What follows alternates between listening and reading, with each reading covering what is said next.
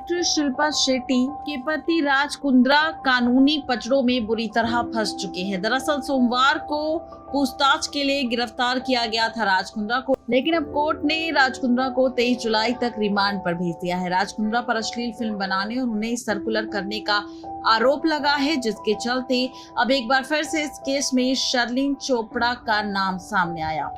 शर्लिन चोपड़ा का भी राज कुंद्रा के साथ कनेक्शन सामने आया है। दरअसल महाराष्ट्र साइबर की माने तो इस केस में एक्ट्रेस शर्लिन चोपड़ा का नाम आरोपी के तौर पर सामने आया है। उनके स्टेटमेंट महाराष्ट्र साइबर द्वारा दर्ज किए गए हैं, जहां पर एक्ट्रेस शर्लिन चोपड़ा ने राज कुंद्रा के खिलाफ आरोप लगाए थे। राज कुंद्रा को पिछले साल अदालत में अंतरिम जमानत मिली थी और बेल एप्लीकेशन पर अंतरिम सुनवाई इस महीने के अंत में होनी थी। खबरों की माने तो शर्लिन चोपड़ा का राज कुंद्रा की फर्म अमर्स प्राइम मीडिया के साथ कॉन्ट्रैक्ट था, जिसकी कॉन्ट्रैक्ट कॉपी सामने आई है।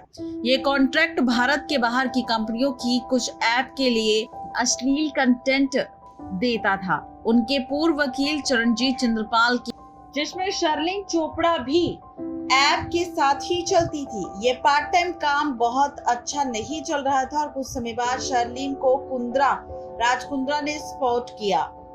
राज कुंद्रा ने शर्लिन चोपड़ा से कहा था कि उन्हें प्रॉफिट का 50% मिलेगा। इस एग्रीमेंट पर राज कुंद्रा ने खुद अपने सिग्नेचर किए थे।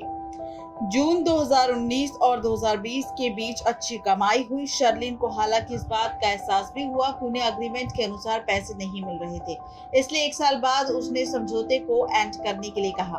शर्लिन ने फिर से अपना खुद का ऐप बनाया और कुछ महीनों तक इससे अच्छा परफॉर्म किया, लेकिन अगस्त 2020 में उनका कंटेंट पायरेटेड हो रहा था और इसके लिए खुद एक शिकायत दर्ज करवाई थी।